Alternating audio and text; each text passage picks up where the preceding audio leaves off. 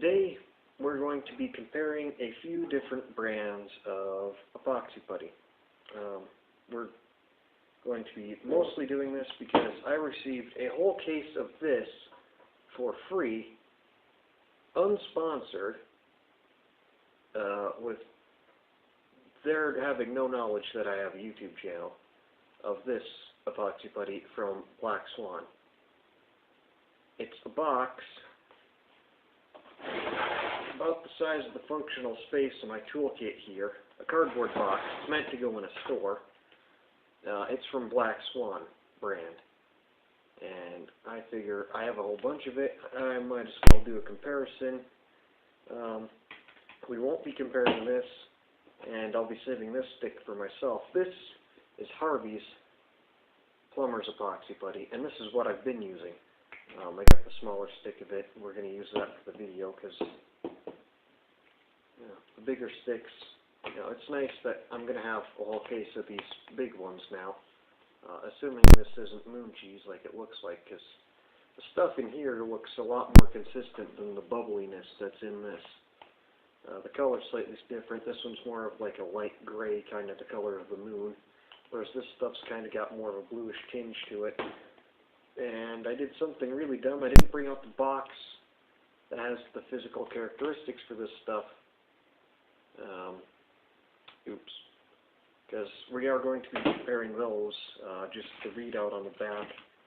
I do already know that this has the exact, actually it doesn't matter that I don't have it. I already remember reading it.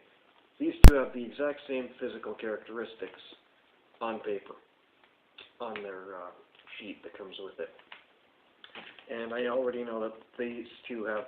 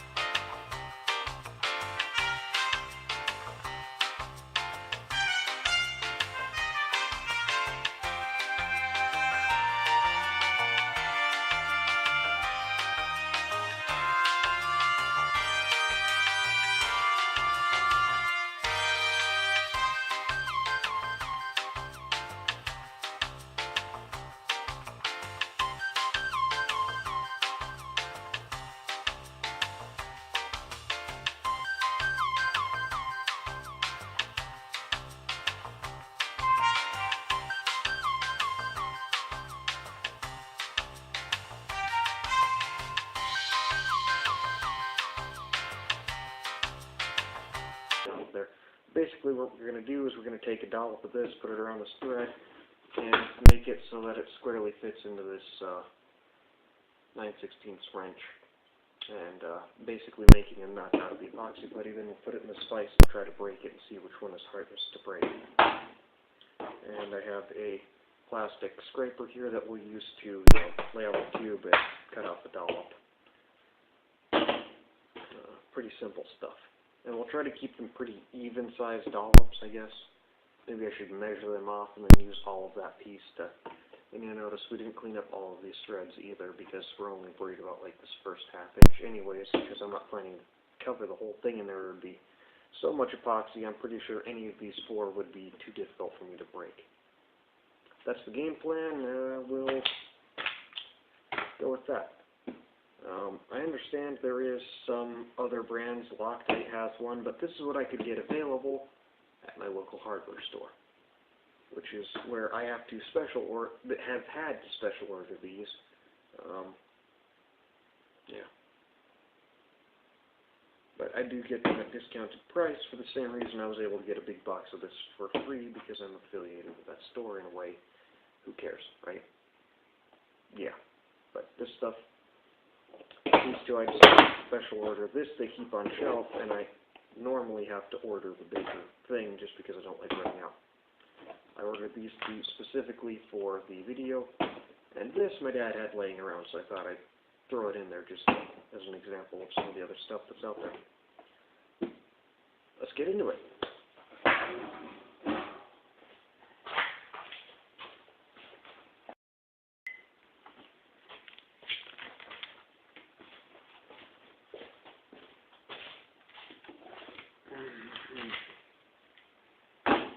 Wish they would sponsor me.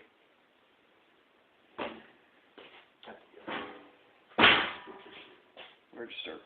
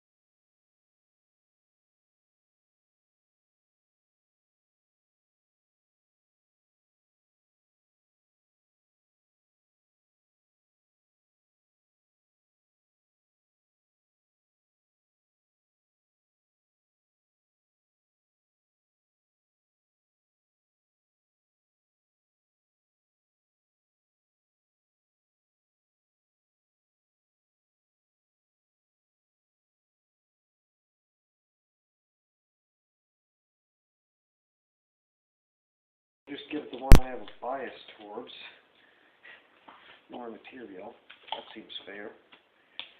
That seems like a scientific and wholesome comparison. Oh yeah, that's way smaller than the last one, but pretty close to the first one. I don't know. We'll probably just leave it. I only suspect that it will go this way. Oh yeah, we left some paper in there now. That is the annoying part about using this stuff, is it tends to leave paper in the mix, which keeps things from... Well, let's try the bottom. Right.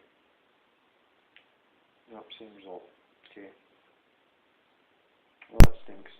See, JB Weld already the name brand stuff is,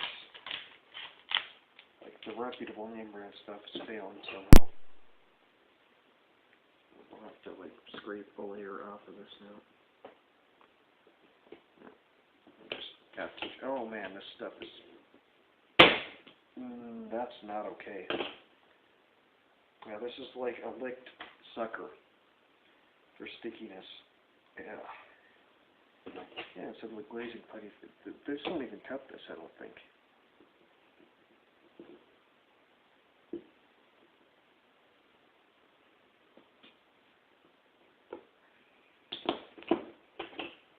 That is, I'm not okay with that. Like, that is definitively bad for a product of this type. I mean, the rest of those were, you know, consistently easy to cut and not a pain to deal with.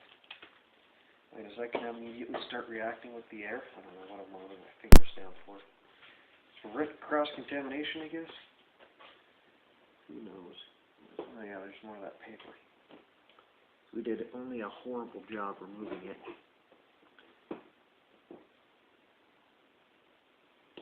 Oh yeah, skew the results, change the mix. Don't let it be fair.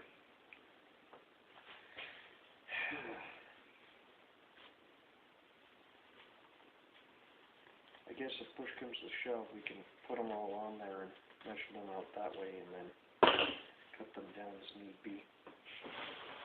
This stuff we'll just, you know, dispose of. Off camera. Yep, we'll deal with it that way. Alright, I really don't want to start with this stuff, so we'll do that first. Now the real question is, should I start with the PVC test or the steel test? Wait, lots of eating going. Man, this stuff is way stickier. But now it's turning blue. I see they just changed the distribution of the dye in the stuff differently than the way the Harvey stuff does. This is 100% the stickiest stuff here. These two, ooh man, that is a significant heat reaction too.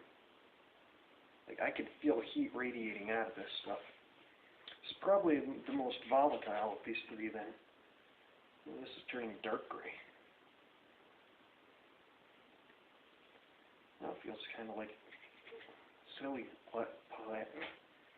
putty or Play-Doh. More like silly putty, really.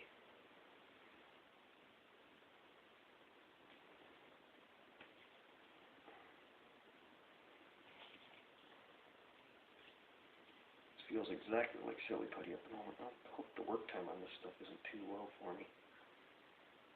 Oh yeah, that's super sticky. Once we get this kneaded out evenly, get any kind of streaks in it. I like to, you know, do a 3-part kind of kneading here where I roll it and I flatten it out, which works way better with the stuff that's less sticky than this, and then roll it into balls and then snakes. Really can't see you're rolling it into cylinders because the ends are always tapered. Right? Yeah. Oh yeah, look how much is stuck to my hand here. Definitely wear gloves with this stuff. It is not okay to not do. That is a gelatinous ball of stuff that I I need to make up my mind what I'm doing with it. Sure, why not the unprepared PVC? Take and roll this out some. I would like to roll it out evenly, but the stuff is too, well, this stuff.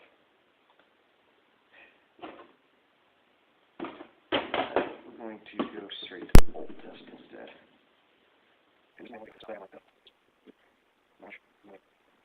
Yeah, so I would.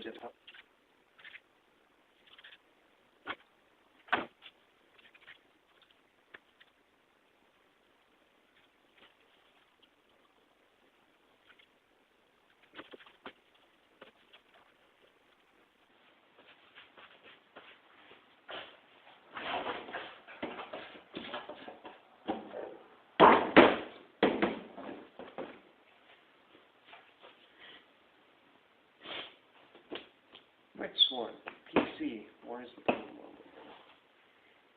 Plumber Weld, JB Weld, there we go. This stuff here, pretty hard, not impossible. About the same consistency as this one, between this one. I'm not looking forward to needing that. Oh, I might have accidentally gotten these over order from softest to hardest.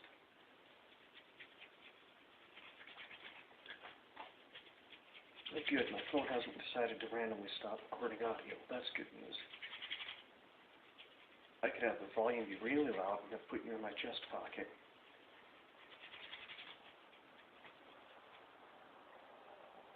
There we go, that's easier to use. Easier to do. This stuff really not sticking to me hardly at all. At least not yet. Streaks in there I need to get rid of. Just roll it over a bunch on top of itself to spread that out. I've got to get that material, that core and outer layer really perfectly mixed. I'll bet this will look awesome, speckly the heck up. Well, why would I treat you to that?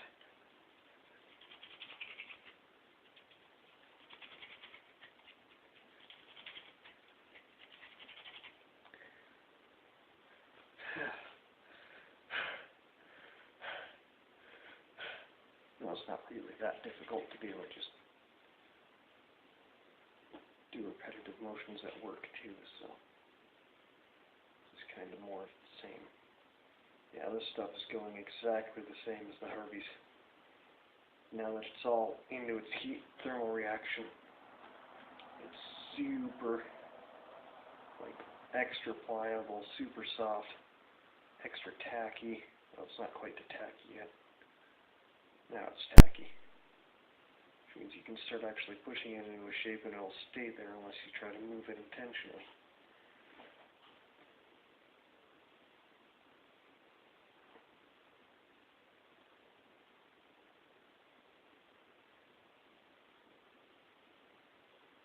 And of course I could leave this stuff thick and use a larger size wrench on it, but there's the fun in that. Right? Ooh, yeah, that's super duper tacky now. Means in a second here we'll be at the final stages of its workability.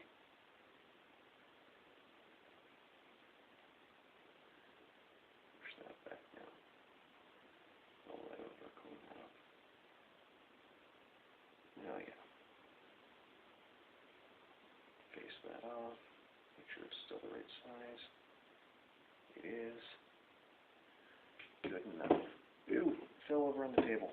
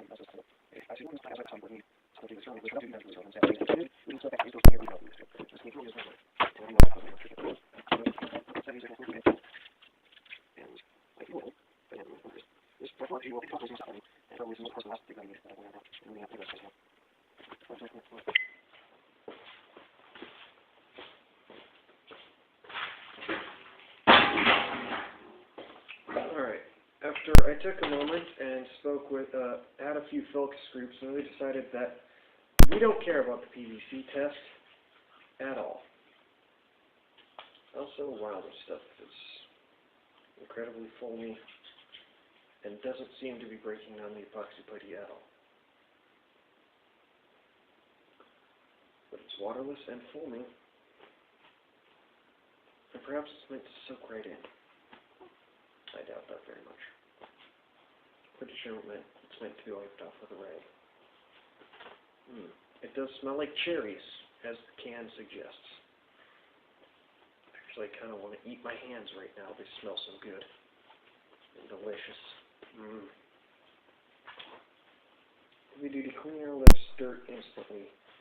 Condition skin, no water necessary. Oh great, it's skin conditioner too. But I think it's not, I think that hardened epoxy putty is resistant to it. And look, a cap to keep you from accidentally dispensing the stuff when you don't want to.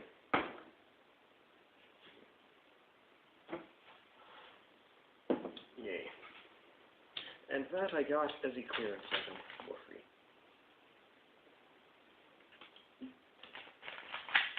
What's that? You're tired of the smudge on your lens.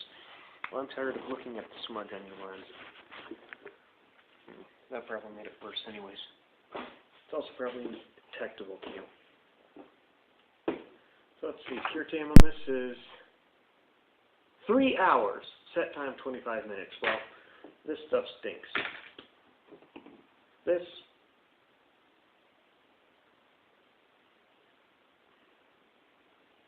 feels like it's already done. This feels like it's already done, and this is already done. Yeah, this is still tacky. It's stuck to its own package.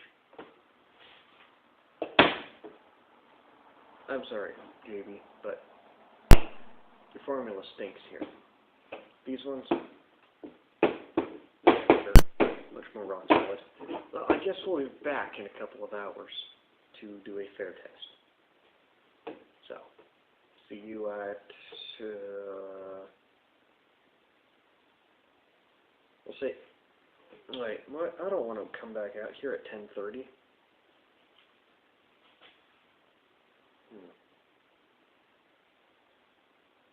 I guess we'll give them overnight. Yeah, overnight. Okay, so I'm just about to actually wash my hands with soap. This is a hand soap dispenser, but it's been filled to the brim with Dawn dish soap. What I strongly recommend for washing any kind of chemicals off your hands, just, you know, such and such an amount, and I'm running warm water here, or trying to. There we go. Vinegar. Strongly recommend you use this after you've been working with chemicals, oil, grease, transmission fluid, epoxy putty, epoxy in general. You know, pretty much anything of that nature. But, you know, it's going to contain stuff that's bad for you, and this will very definitely work it out. Make you good and safe. That is way too hot. That's okay.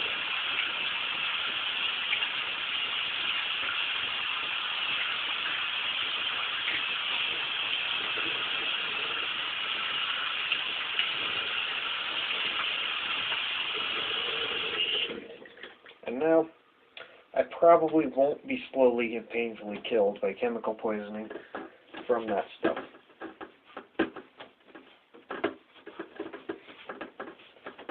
Alright. Make sure to keep yourself safe and clean away any chemicals properly after you've been using them.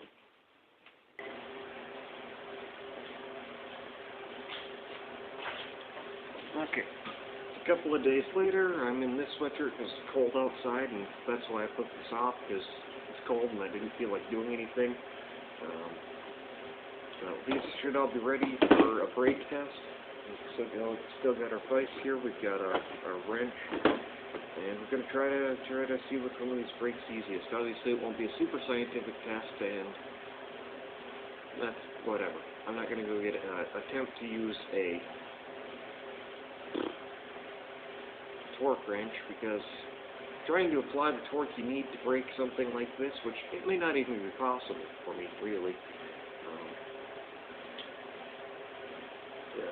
There'd be no way I could apply that kind of torque and actually use the torque wrench function of the torque wrench, you know, where it actually measures how much force it took to break loose. So there's that. So what we're going to do now is we're going to take this angle grinder with a flap disc on it, which is like pieces of sandpaper glued to a fiberglass disc on the back. They work really good. They're way better than grinding wheels. So I mean, if you need to grind more metal, you can get one of these in higher grit. They go from like 120 to 60 is what I've seen personally. There's probably more variety than that out there. like I said, that's just what I've seen. The little, what's this, 7 amp? Yeah, 7 amp DeWalt grinder, it works pretty good. Like, most angle grinders work good besides the piece of crap one that I threw away. That the reason we had it to begin with is because it comes from the store and it couldn't be sold because of garbage. But that was a brand that's dead now, so we don't care about that anyways. We really don't care about angle grinders anyways. Although focus groups do show that people tend to like power tools, so we're gonna get into that right now.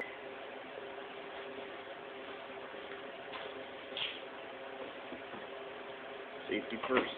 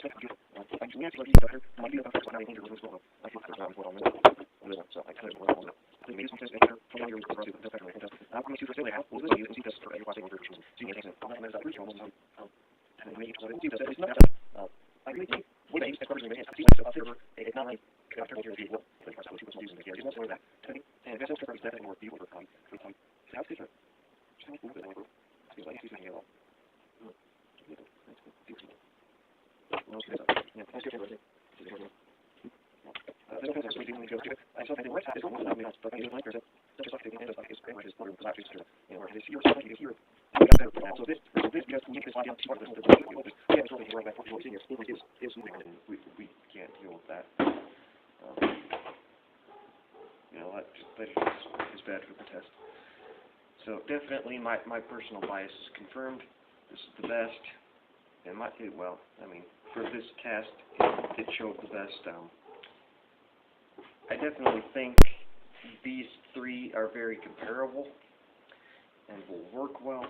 There was probably other factors involved in how they broke, and I will definitely say that with the JB Weld plastic weld epoxy putty, it's a matter of the fact that the stuff, you need ridiculous strength to be able to knead it fit perfectly to 50/50, and it's just completely unusable because of that. Name brand, paying for name brand is not the way to go. Definitely pay for reliable and functional. I mean, I've had cases where I've used this stuff because it is what I used. I mean, it's what was readily available, and it's what I got my hands on, and it's what I used.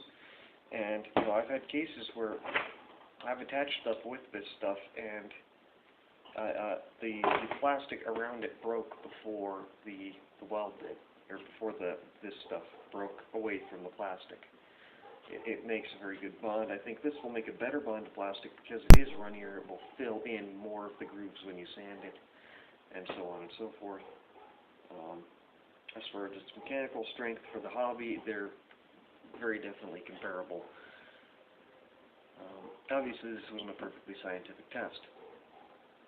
However, what it did do is it gave us the experience to say, hey, this is very runny.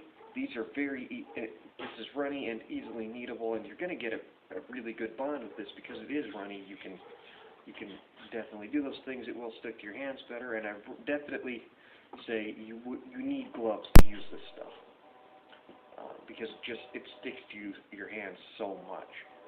You're going to definitely need gloves for that. I would recommend gloves for any of these anyways, especially since all of them say that they are a skin and eye irritant.